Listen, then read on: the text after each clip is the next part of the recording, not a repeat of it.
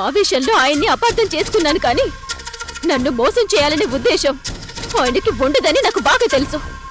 అదే ఏదో చేసింది, ఆ మాయలాడే ఏదో చేసింది. వజ్రముని తన బలగంతో భీమవరం బయలుదేరాడు.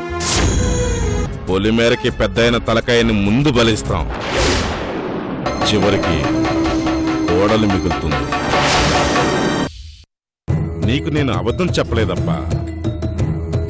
రఘురామయ్యతో కూడా మీ కోడల్ని నా ఇంటి కోడలుగా పంపించు అన్నాను. సరే అన్నాడు. పిచ్చి నా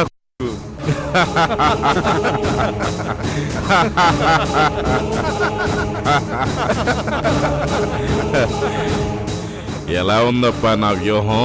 ఆంచి తెలివిగా ఉందప్పా.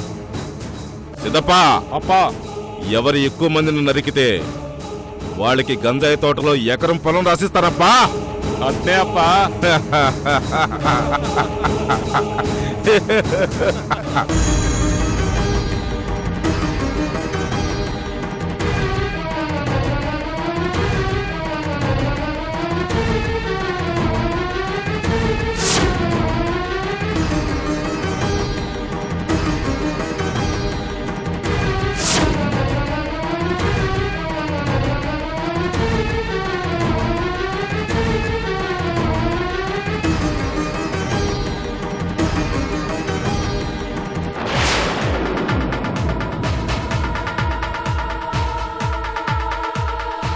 పాపం గాయత్రమ్మని అమాయకురాలు చేసి ఇద్దరూ ఆడుకుంటున్నారు.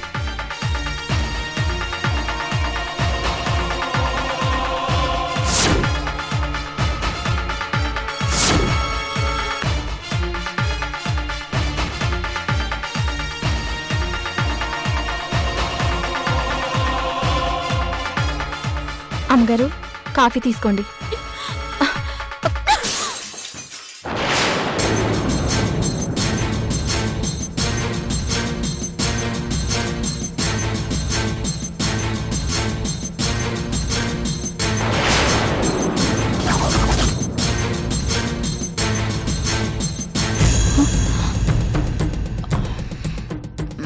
వీడింకా లేవలేదు. బయట నుంచి గాయత్రి రియాక్షన్ లేదు.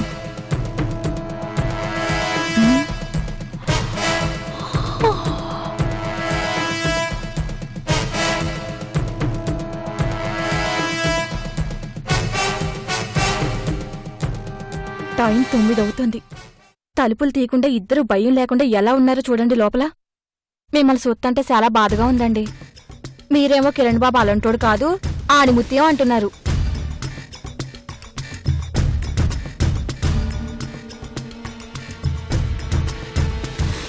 ఇంత జరుగుతున్నా నా భర్తని నేను అనుమానించలేకపోతున్నాను. ఇదంతా దాని మాయే. చప్పట్లైనా తప్పైనా 2 చేతులు కలిస్తేనే అమ్మాయి గారు. నా భర్త మీద నాకు పూర్తి విశ్వాసం ఉంది. ఎవరెన్ని చెప్పినా నేను నమ్మను. నువ్వు నీ పని చూసుకో. ఇన్ని రోజులు చూడక మోసాన్ని కనిపెట్టలేకపోయారు, ఇప్పుడు చూసి కనిపెట్టలేకపోతున్నారు.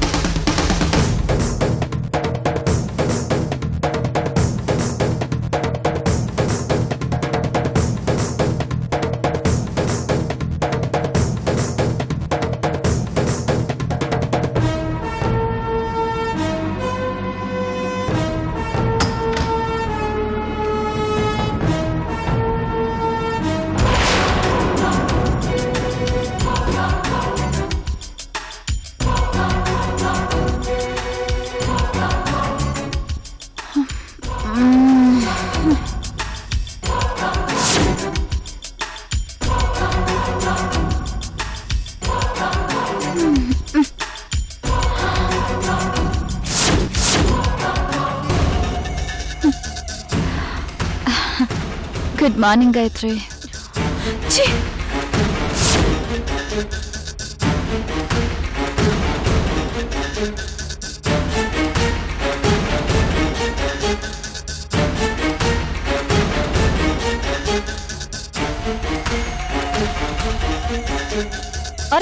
విష్ చేస్తుంటే విష్ చేయకుండా వచ్చేసావేంటి?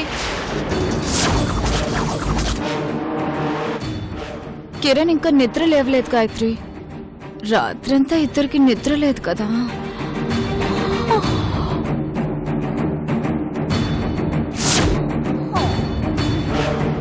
ఒళ్ళంతా ఒకటే నొప్పులు.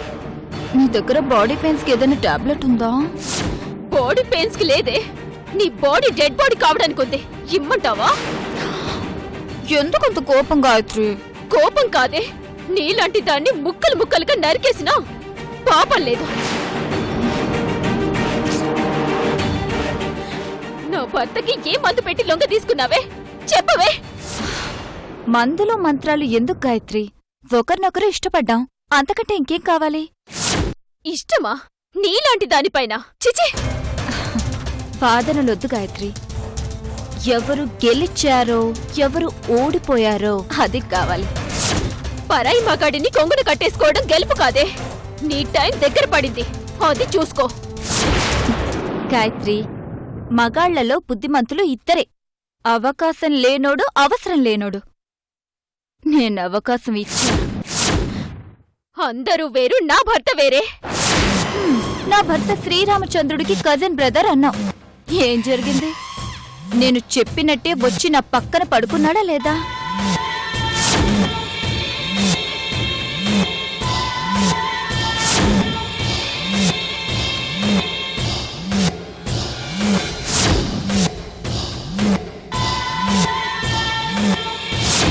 మగాళ్ల సైకాలజీ గురించి నేను స్టడీ చేసినంతగా నువ్వు స్టడీ చేయలేదు గాయత్రి.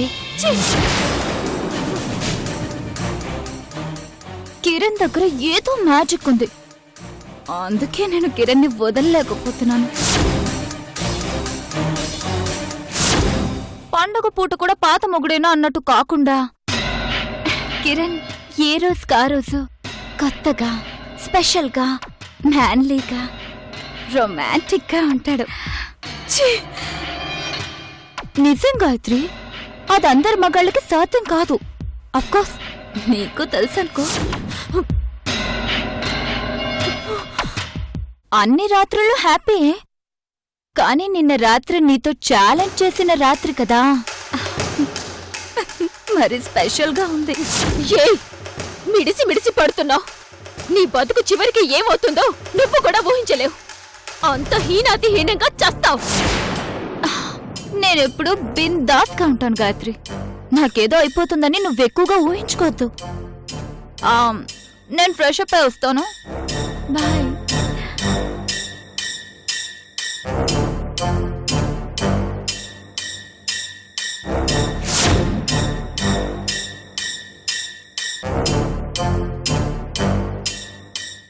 మరీ ఇంతలా బరి తెగించిన వాళ్ళని నేనెక్కడ చూడలేదండి బాబు. రాత్రి మీ తతంగమంతా గాయత్రమ్మ గారు చూసేశారు. ఇప్పుడుంటుంది మీ పని. స్నానానికి వేడి నీళ్లు పెట్టి త్వరగా టిఫిన్ రెడీ చేయి. దీనమ్మ కడుపు కాలా? ఏంటి దీని ధైర్యం?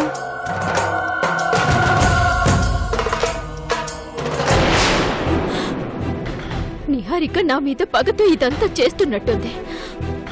మరోవైపు నా భర్తని తన గదిలోకి రప్పించుకుంటుంది. ఏం జరుగుతుంది అసలు? దాని మాయ వలనే నా భర్త దాని రూంలోకి వెళ్ళాడా? లేకపోతే చిచి, నా భర్తని ఎట్టి పరిస్థితుల్లో అనుమానించడానికి లేదు.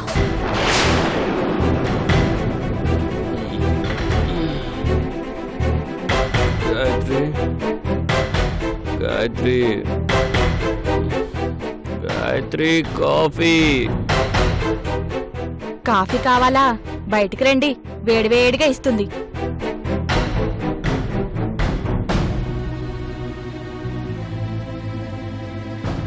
అమ్మో, 9:30 అయిపోయిందా?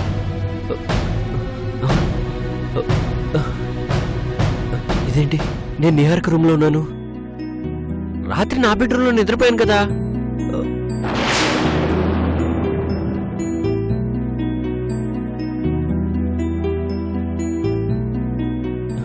Something is wrong. ఏదో జరిగింది. గాయత్రి, గాయత్రి, గాయత్రి, గాయత్రి. పద్మ, రాత్రి నేను ఆ రూమ్ లో పడుకున్నానేంటి? నిహారిక ఏమైంది? అబ్బాబాబాబాబాబా అడుగుతుంటే సమాధానం చెప్పకుండా అలాంటివేంటి? నాకేం తెలియదండి బాబు. గాయత్రి, గాయత్రి! ఎంత బాగా నటిస్తున్నాడో. ఇప్పుడెళ్ళేం అబద్ధం చెప్తాడో. గాయత్రి!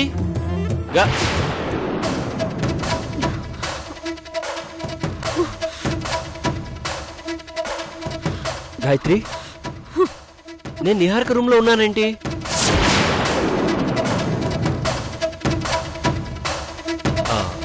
రాత్రి మనం మనోళ్ళని పడుకున్నాం కదా, ఒకరినొకరు కళ్ళల్లో కళ్ళు పెట్టి చూసుకున్నాం కదా, నువ్వు నా పైన చేసుకుని నిద్రపోయావు కదా.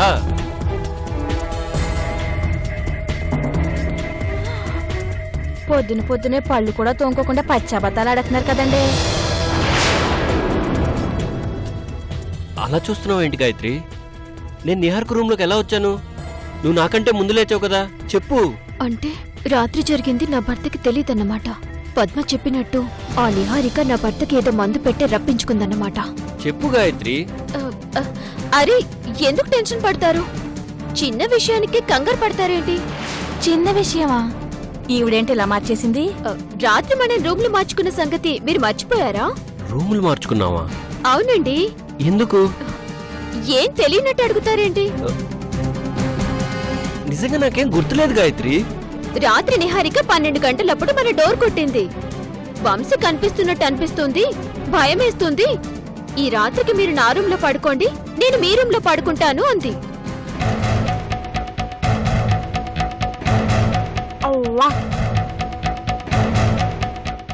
అందుకే రాత్రి మనం రూమ్లు మార్చుకున్నాం.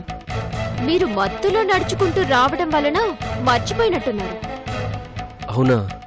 అవునండి. అందుకే మీరు నిద్రపోతుంటే డిస్టర్బ్ చేయడం ఎందుకని లేపలేదు. అమ్మయ్యా, ఇప్పుడు నాకు టెన్షన్ తగ్గింది. సరే, ఫ్రెష్ అప్ అయ్యారంటే నేను కాఫీ ఇస్తాను.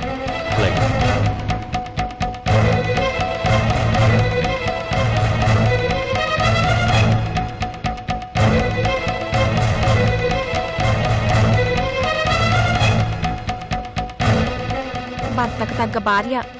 వీళ్ళని చూసి నాకు పిచ్చెక్కిపోతుంది. వసే రాక్షసి, నీ మర్మమేమిటో కనిపెట్టి నీ తోలు ఒలుస్తానే. ఎప్పుడు లేనిది మా కోడలు శ్వేతలో కొత్త శ్వేతను చూస్తున్నాం. ఆమె ప్రవర్తనలో కొత్త కొత్త మార్పులు గమనిస్తున్నాం పూజారి గారు. ఒకసారి 2 సార్లు అయితే సర్దుకుంటాం. పదే పదే అలాగే ప్రవర్తిస్తుంటే మేం వెనకేసుకు రాలేక దానికి ఏమైందో అర్థం కాక సతమతం అవుతున్నాం.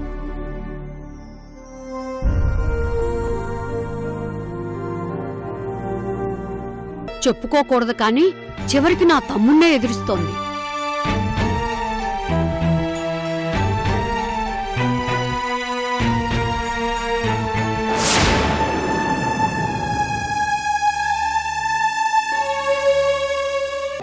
గండదీపం సమర్పించేసిన తరువాత ఇంట్లో ఇంకే గండమూ ఉండదనుకున్నాం. కానీ గత కొన్ని రోజులుగా ఇంట్లో ఎవ్వరికీ మనశ్శాంతి లేదు.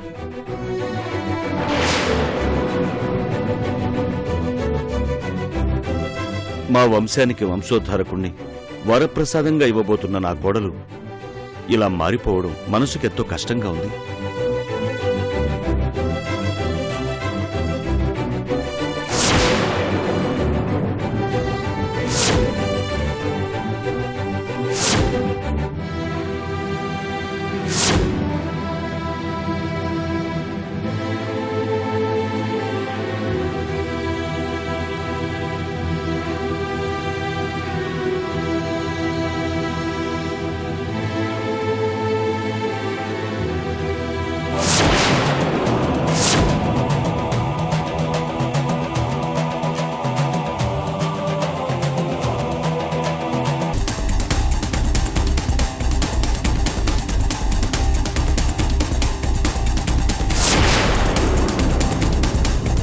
మీ కోడలు మేలిం బంగారమే.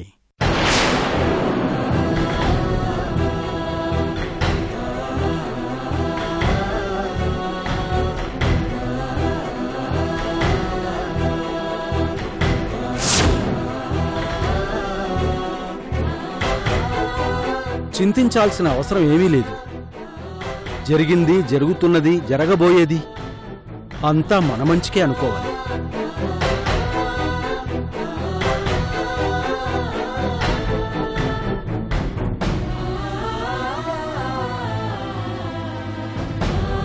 నలుగురికి నీడనిచ్చే చెట్టు తనంతట తాను కూలిపోదు, పెద్ద గాలివానకు కూలిపోతుంది.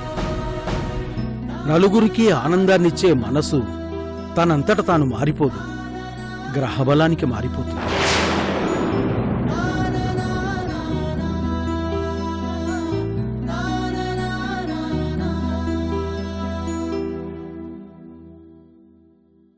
రాహుకాలానికి మార్పు చెందుతుంది.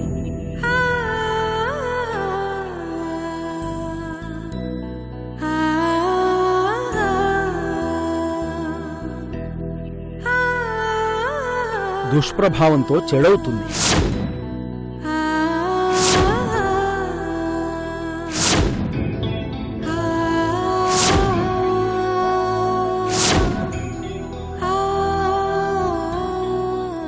వంట చేయడానికి ఉపయోగపడేది అగ్ని, ఊరిని తగలబెట్టేది అగ్ని. ఒక్కోసారి ఒక్కో రూపంలో కనిపిస్తుంది.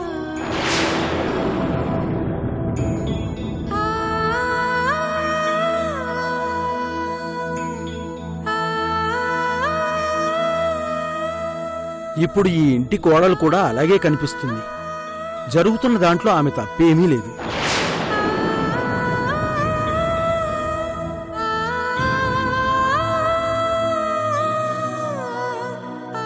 కోడలిపై మీరు పెట్టుకున్న నమ్మకమే నిజం. కాని శని ప్రభావం ఆమె చేత అలా కఠినంగా ప్రవర్తించేలా చేస్తుంది.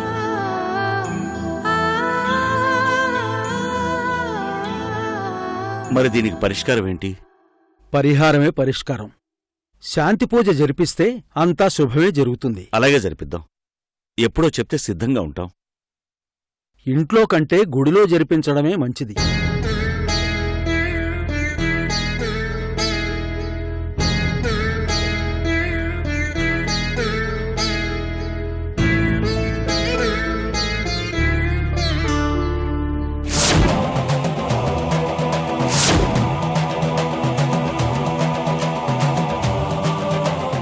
ఈ రోజు సోమవారం.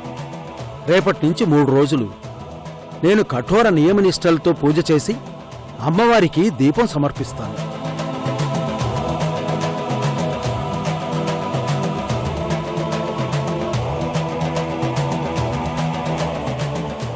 మూడో రోజు గురువారం నాడు 3 బ్రాహ్మలతో ప్రత్యేక పూజలు జరిపించి శాంతి పూజ చేయిస్తాను.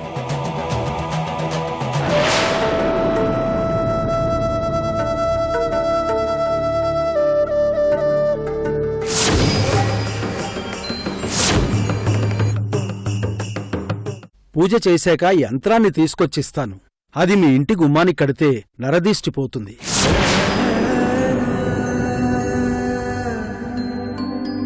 గర్భవతిగా ఉన్న కోడలి గారి ప్రవర్తనలో కూడా మార్పు వస్తుంది.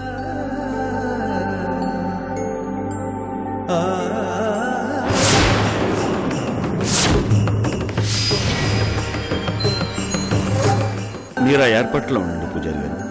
అలాగే. చెప్పటం మర్చిపోయాను. ఆ రోజు ద్వారకా తిరుమలలో ఒక పెళ్ళుంది. అందరం దానికి వెళ్ళాలి. శాంతి పూజ కూడా ఆ రోజే అంటున్నారు. ఏం చేద్దామంటారు? మీరు రావాల్సిన అవసరం లేదు. కోడలి గారి జాతకం, అబ్బాయి గారి జాతకం నాకిస్తే చాలు. దగ్గరుండి నేనే ఆ పూజ చేయిస్తాను.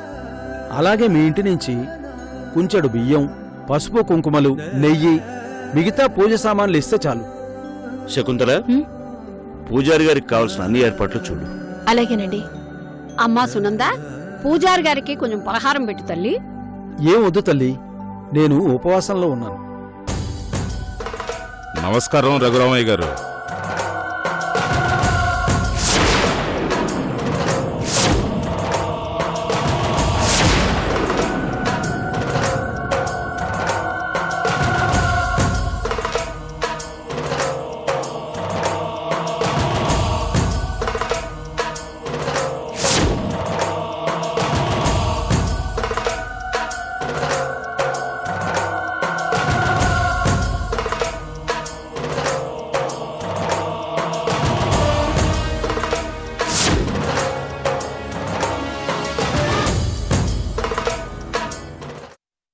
ఏదో కార్యక్రమంలో ఉన్నట్టున్నారు.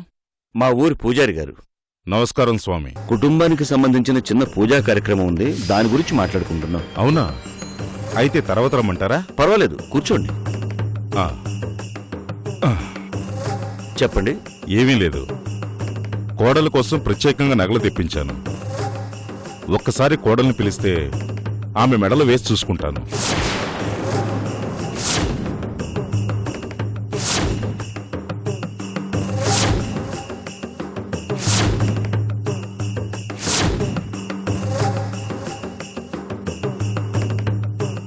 ఒక్కసారి కోడల్ని పిలిపించండి.